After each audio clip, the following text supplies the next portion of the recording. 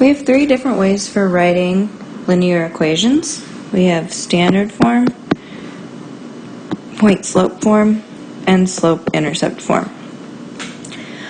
We can switch between all three of these equations.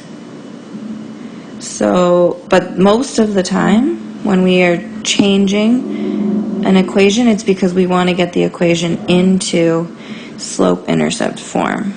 So in this video, I'm going to show you how to change a standard form equation into slope-intercept form and a point-slope form into slope-intercept form.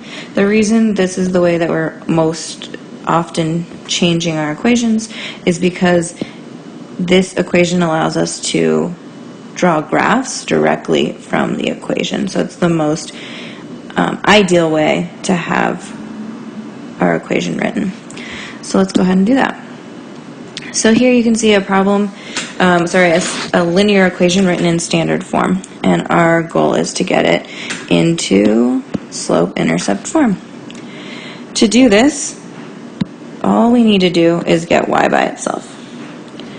So, since this is the term with our y value, the first thing we want to do is get rid of the other term. So I'm going to go ahead and subtract 3x from both sides. That cancels out the 3x on this side, leaving you with negative 9y.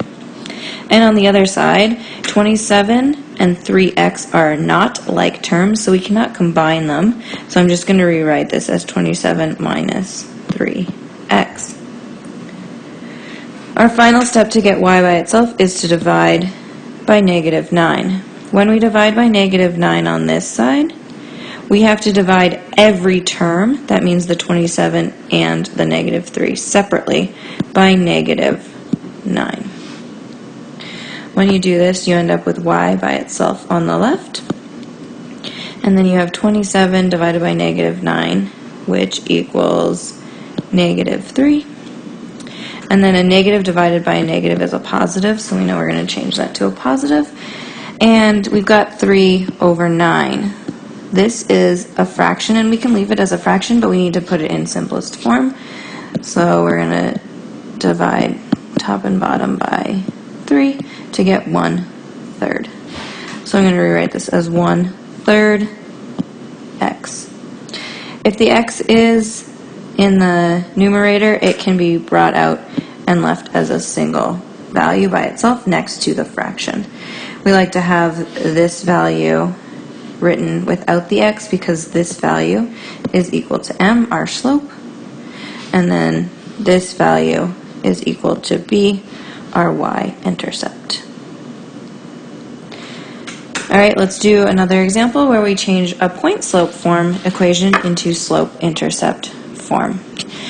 If we go back again to this graph, you can see examples of all three types of equations, but you can also see the general form of the equations, and this is how we would make the equations given specific information.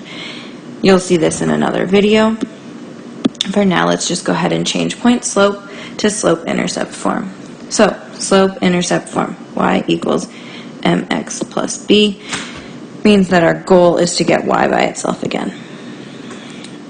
In this problem, our first step is not to move any terms, but it's actually to distribute. Just like when we're trying to solve for a certain unknown variable, we always want to distribute first.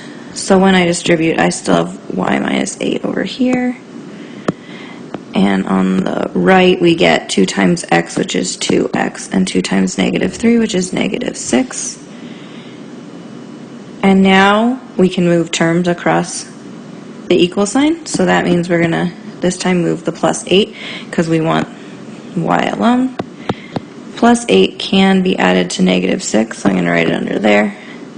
We are left with y on the left, and on the right we have 2x, and then we've got negative 6 plus 8, which is positive 2. Here again, we've got our b value, our y-intercept, and our m value for slope. And that's it.